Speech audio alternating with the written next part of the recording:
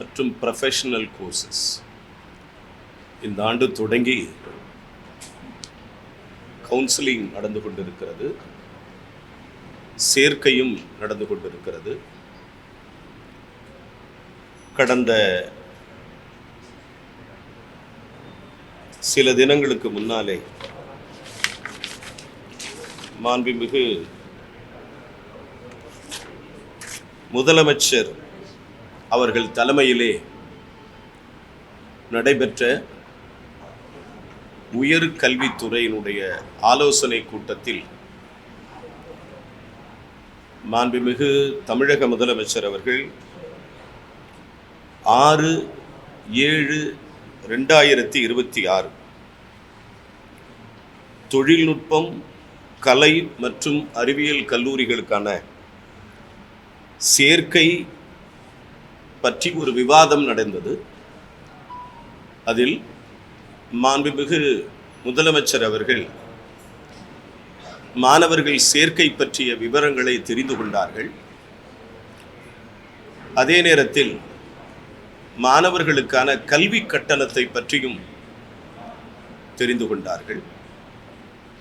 அப்பொழுது மாண்புமிகு முதலமைச்சர் அவர்கள் மாணவர்களுக்கு கல்வி கடன் சரியான முறையில் கிடைக்கிறதா, பெற்றோர்கள் மாணவர்கள் கல்வி கடனுக்கு வங்கிகளுக்கு அலைகழிக்கப்படுகிறார்களா,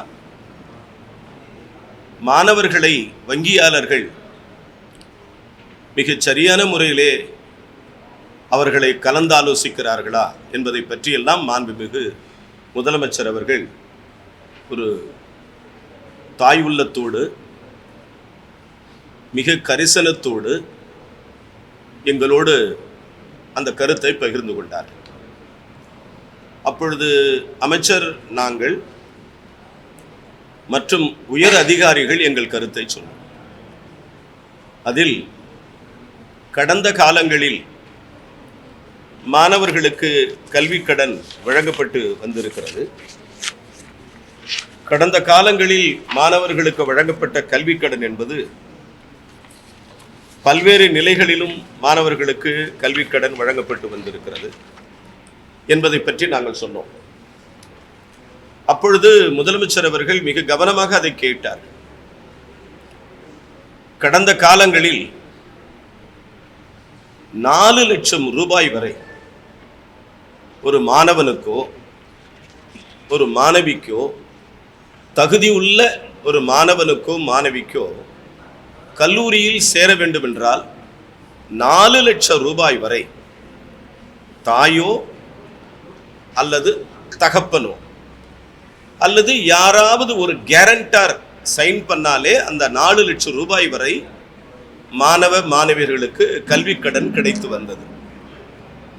அது ஒரு ஸ்லாப்.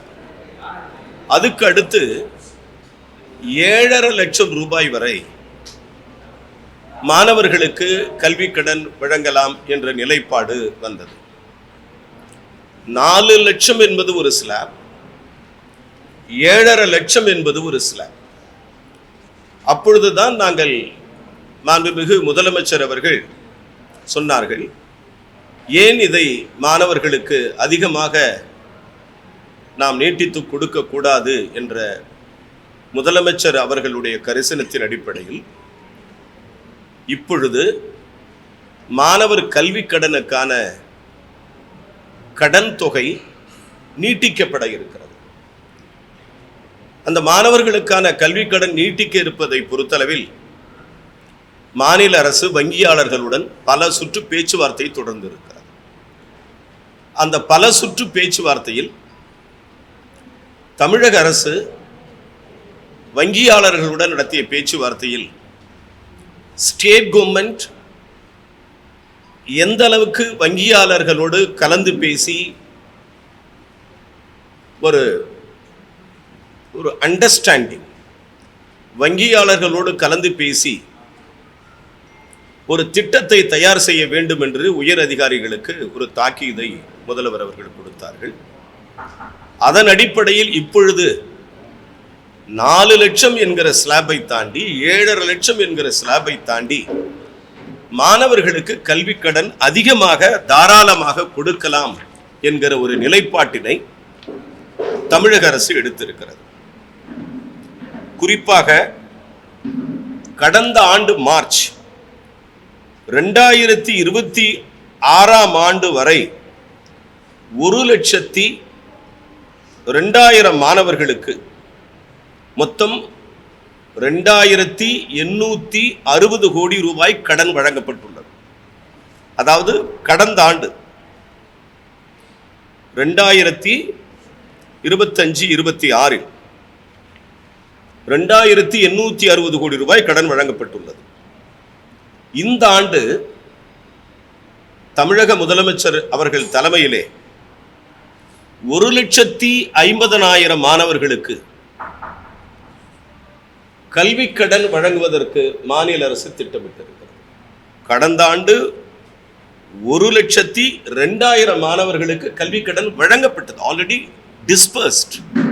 பட் இந்த ஆண்டு 1,50,000 மாணவர்களுக்கு கல்வி கடன் வழங்கப்பட இருக்கிறது.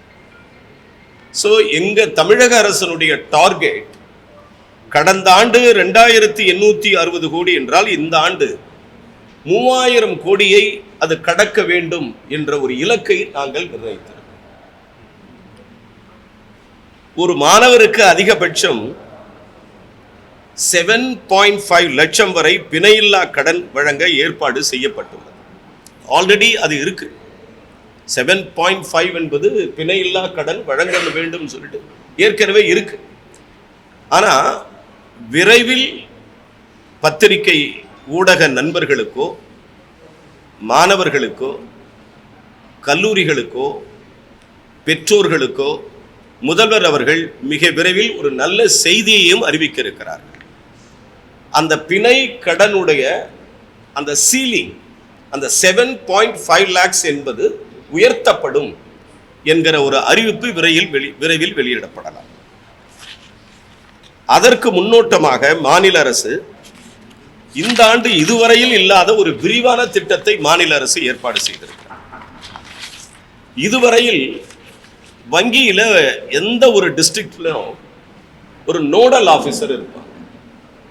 ஒவ்வொரு பேங்க், ஒவ்வொரு டிஸ்ட்ரிக்டிலும் ஒரு மாவட்டத்துக்கு ஒரு நோடல் ஆபீசர் இருப்பாங்க வங்கியின் சார்பா. சில ஊர்ல இந்தியன் ஓவர்சீஸ் பேங்க் இருக்கும், சில ஊர்ல இந்தியன் பேங்க் இருக்கும், சில மாவட்டத்தில் ஸ்டேட் பேங்க் இருக்கும், சில மாவட்டங்களில் யூனியன் பேங்க் ஆஃப் இந்தியா இருக்கும்.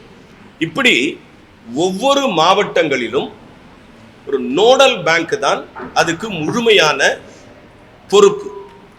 அந்த பேங்க் தான் மாணவர்கள் கல்வி கடன் வேண்டி விண்ணப்பிக்கிற பொழுது அந்த மாணவர்களுடைய சான்றிதழ்கள் சரிபார்க்கப்பட்டு அந்த மாணவர் எந்த கல்லூரியிலே படிக்கிறார் என்பதை சரிபார்க்கப்பட்டு அவருடைய சான்றிதழ்கள் சரியாக இருக்கிறதா, அட்மிஷன் கார்டு சரியாக இருக்கிறதா, அவர் எந்த பிரான்ச்சில் ஜாயின் பண்ணி இருக்கிறார் என்பதெல்லாம் சரிபார்த்து அந்த மாணவருக்கு கல்வி கடன் வழங்குகிற பொறுப்பை அந்த நோடல் பேங்க் தான் செய்யும். ஆனால் இந்த முறை ஒரு புதிய மாறுதல் திட்டத்தை தமிழக அரசு நாங்கள் அறிவித்திருக்கிறோம். அந்த திட்டம் என்பது ஒவ்வொரு மாவட்டத்திலும் nodal bank is another side. இப்ப நாங்க என்ன பண்றோம், ஒவ்வொரு மாவட்டத்திலும் ஒரு ப்ரொஃபஸர், ஒரு அசோசியேட் ப்ரொஃபஸர் ஆர் ஒரு ப்ரொஃபஸர் ரேஞ்சுக்கு உள்ளவங்களை நாங்க ஸ்டேட் கவர்மெண்ட் அறிவிச்சிருக்கோம். இப்போ இந்த ஒவ்வொரு ப்ரொஃபஸர்ஸ் ஒவ்வொரு மாவட்டத்திலும் என்ன பண்ணுவாங்க, மாணவர்களுக்கு தேவைகளை கேட்டறிவாங்க. இவ்வளவு நாளா அந்த பேங்க் தான் கேட்கும், மாணவர்கள் பேங்க் தான் போவாங்க, பெற்றோர்கள் பேங்க் தான் போவாங்க. இனிமேல் இந்த கல்லூரிக்கு ஒரு பேராசிரியர் மாவட்ட அளவில் நியமிக்கப்படுகிறார்.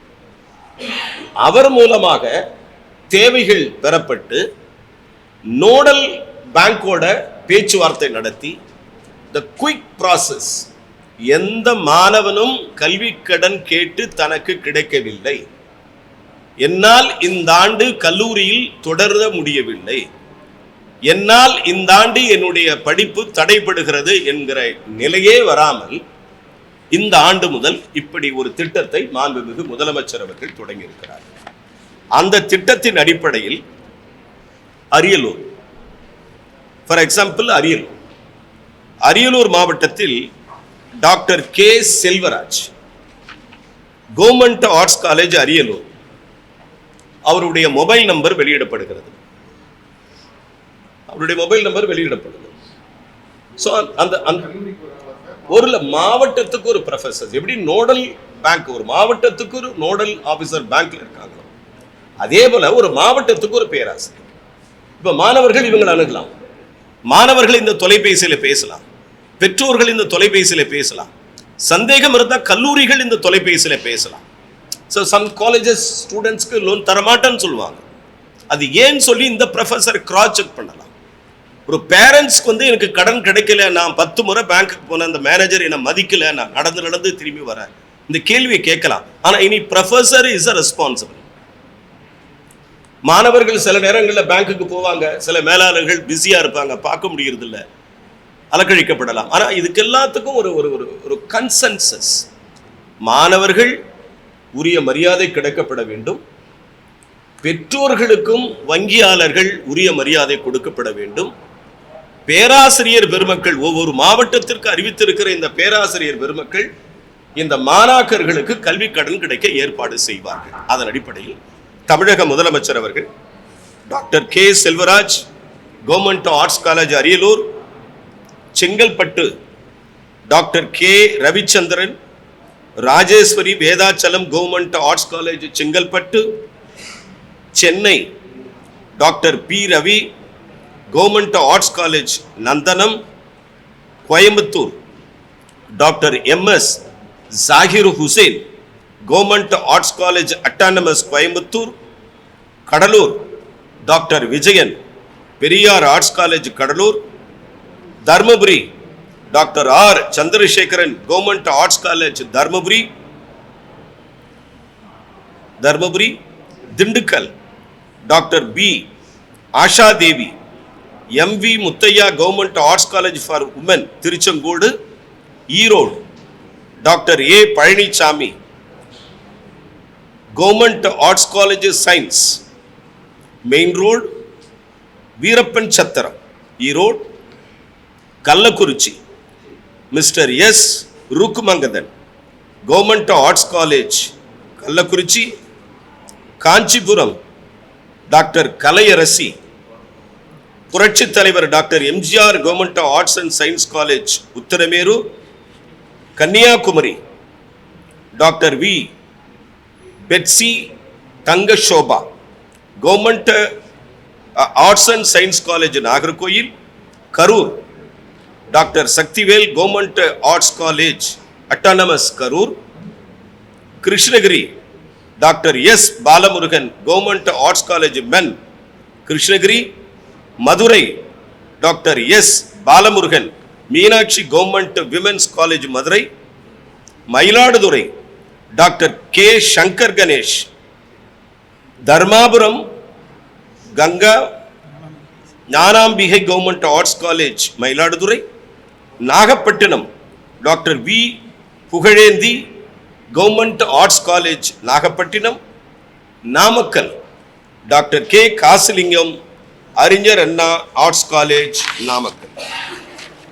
Next Nilgiri doctor S Sridharan government arts college stone house and Udhagamandalam, Perambalur doctor S Kaliyamoorthy government arts and science college Perambalur, Pudukkottai doctor R Malathi HH the Rajah's college Pudukkottai, Ramanathapuram doctor S Loganathan Sethupathi government arts college Ramanathapuram, Ranipet doctor Badri Narayanan Arignar Anna government arts college for women Walajapet, Salem doctor Sherina Banu government arts college Salem, Sivaganga doctor S Ganesan Raja Duraisingam government arts college Manamadurai road Sivaganga, Tenkasi doctor Ajay Sharma Kamarajar government arts college Soundari Surandai, Thanjavur doctor M Mangalam Raja Serfoji government college autonomous Thanjavur, Theni Thiru Arivazhagan government arts and science college Veerapandi, Tiruvannamalai doctor M Seelan government arts college Tiruvannamalai, Thoothukudi doctor K Roshan Goldwin Kamarajar college Thoothukudi, Tirunelveli doctor J Nagaraj Rani Anna government college for women Tirunelveli,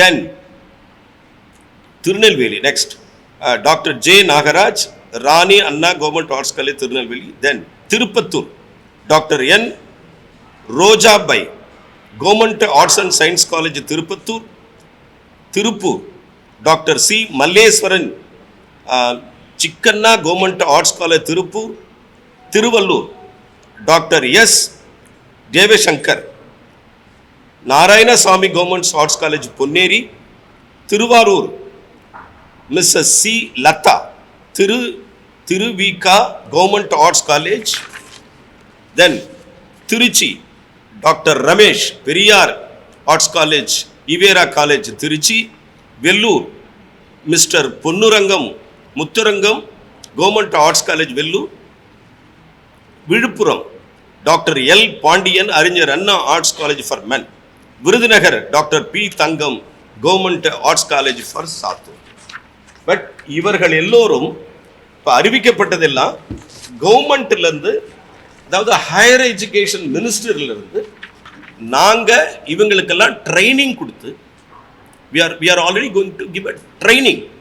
என்ன மாதிரி loans கிடைக்கணும், என்னென்ன branches, என்னென்ன subject அப்படின்றதெல்லாம் அவங்களுக்கு train பண்ணி இவங்களும் பேங்கர்ஸும் coordinate பண்ணி இந்த எஜுகேஷன் லோன் ப்ராசஸ் வந்து இப்போ நாங்கள் ஸ்டார்ட் பண்ணுறோம்.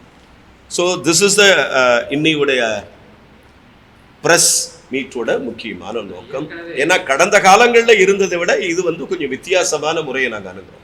அதாவது எப்படின்னா பேங்கர்ஸை மட்டுமே ஸ்டூடெண்ட்டுங்க போய் கேட்கறத விட இப்போ கல்லூரி அளவில் ஒரு பேராசிரியர் மட்டத்தில் இந்த மாணவர்கள் போய் கேட்கும் பொழுது அவங்க இம்மீடியட்டாக பேங்கோட டீல் பண்ணி எந்த மாணவர்களுக்கும் கிடைக்கல அப்படிங்கிற நிலைப்பாட்டை எடுப்பதற்கு இது ஒரு முறை.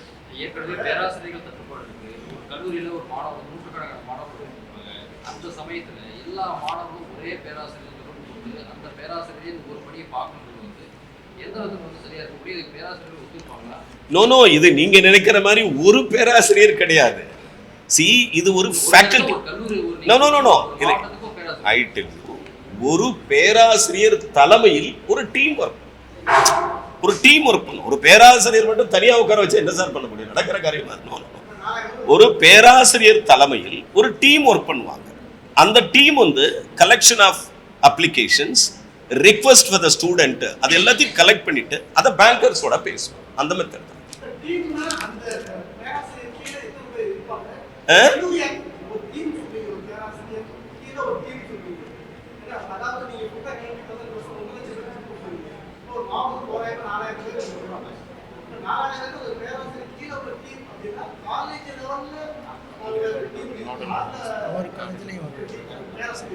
இப்போ நீங்க சொல்ற மாதிரி இப்போ ஒரு டிஸ்ட்ரிக்ட் வச்சுக்கோங்க சார்.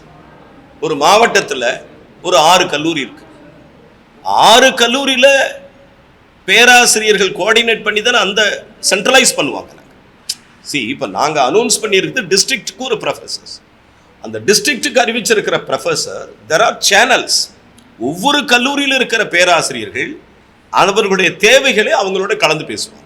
இப்போ என்னன்னா கடந்த காலங்களில் மாணவர்கள் பேங்க்குக்கு மட்டுமே போனாங்க. எனக்கு நல்லா தெரியுங்க, இதில் have a very good எக்ஸ்பீரியன்ஸுங்க.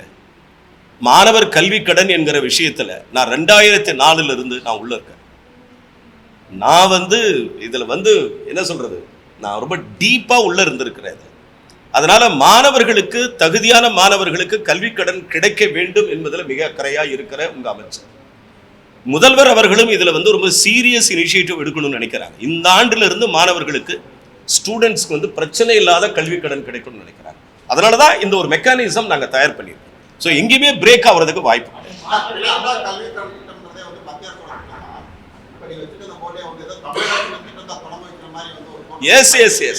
S என்னன்னா வங்கிகள் எல்லாம் மத்திய அரசுக்கு கட்டுப்பட்டது. கரெக்ட். ஆனால் மாநில அரசு we have a plan, ஒரு பிளான் வச்சிருக்கோம். அதான் நான் சொன்னேன் உங்களுக்கு. மாண்புமிகு முதலமைச்சரை அறிவிப்பாங்கன்னு சொல்லியிருக்கேன். அதை இப்போ ஐ cannot reveal, இப்போ நான் சொல்ல மாட்டேன். ஏன்னா முதல்வர் அறிவிப்பாங்க. அதை மாநில அரசும் மத்திய அரசு வங்கிகளும் சேர்ந்து ஒரு அண்டர்ஸ்டாண்டிங் வரப்போகுது. அந்த அண்டர்ஸ்டாண்டிங்ல ஒரு ஸ்லாப் ஒன்று அறிவிக்க போறார் முதல்வர். அந்த முதல்வர் அறிவிக்கும் பொழுது அதை பத்தி நாங்கள் வெளியிடுவோம். மாநில அரசு என்பது வேறு, மத்திய அரசு என்பது வேறு. மத்திய அரசின் கீழ் செயல்படுகிறது வங்கி, மாநில அரசின் கீழ் செயல்படுகிறது கல்லூரிகள். ஆனால் கல்லூரிகள் மாணவர்களுக்கு தேவை என்பதை வங்கிகள் தான் கடன் கொடுக்கணும். வங்கிகள் ஒன்றும் சும்மா கொடுக்கறது இல்லை கடனை. காங்கிரஸ் தேர்தலுக்கு வந்து மாணவர்கள் கல்வி கடன் ரத்து செய்யப்படும் நாடாளுமன்ற தேர்தலை கொடுத்திருந்தாங்க. இப்ப டிவிக்கு தேர்தல் அறிக்கையில் சொல்லப்பட்டிருக்கு. இந்த கடன் கல்வி கடன் ரத்து செய்ய என்ன நடவடிக்கை எடுக்கப்பட்டிருக்கு? இல்லைங்க சார், மாணவர் கல்வி கடன் ரத்து செய்யப்பட வேண்டும் என்பது நான் நாடாளுமன்ற உறுப்பினராக இருந்த காலத்திலிருந்து நாடாளுமன்றத்தில் எழுப்பப்பட்ட ஒரு வலுவான வேண்டுகோள். ஏறத்தாழ 75,000 கோடி ரூபாய்க்கு மேல் கடன் இருந்தது. நான் சொல்றது இப்போனா 2014. இப்போ நம்ம விஆர்என் 2026, ஏறத்தாழ 1 லட்சம் கோடிக்கு மேல இருக்கும். இல்லை ஆஸ் பர் த டேட்டா 1.25 லட்சம் கோடிக்கு மேல கூட அந்த கடன் இருந்திருக்கும். என்ன கேட்கறது என்னன்னா, ஒரு அமைச்சரா நான் சொல்லக்கூடாது, அதை மாணவர்கள் கல்வி கடனை மத்திய அரசாங்கம் தள்ளுபடி செய்ய வேண்டும் என்பது எங்களது வேண்டும். மத்திய அரசோட அண்டர்ஸ்டாண்டிங்கோட அதே நேரத்தில் துணைவேந்தர் விவகாரம் சரியா சொன்னீங்க. மத்திய அரசோட ஒரு புரிதலோட இல்ல அந்த கேள்வி அடுத்து வச்சுக்கலாம். இல்ல சார், இல்ல துணைவேந்தர் நியமனங்கள் தொடர்ந்து நமக்கு இதா இருக்கு. ஆளுநரோட ஒரு புரிதல் ஏற்பட்டு முதல்வர் வந்து நம்ம மேந்தரா வச்சு போக போறோமா, இல்ல ஏற்கனவே பழைய முறைப்படி கவர்னர் வந்து நம்ம வந்து சான்சலரா வச்சு போக போறோமா, இல்ல அது பிரிவிழாவும் இருக்கு, தொடர்ந்து பல்கலைக்கழகங்கள் பல்வேறு சிக்கல் இருக்காங்க. இந்த கேள்விகளுக்கெல்லாம் விரைவில் இன்னொரு நாள் ஒரு விரிவான பத்திரிகையாளர்கள் சந்திப்பு. இல்ல நான் என்ன சொல்றேன், அந்த டைம் வரணும் இல்ல உங்களுக்கு. நான் என்ன சொல்றேன், நீங்களும் என்னை விடாத என்ன தோர்த்துறீங்க. என்கிட்ட கேட்கிற கேள்வி நீங்க ஒண்ணுதான் வச்சிருக்கீங்க மேஜரா. அமைச்சர்கிட்ட கேட்கறது வேற எந்த கேள்வியுமே உங்ககிட்ட இல்ல.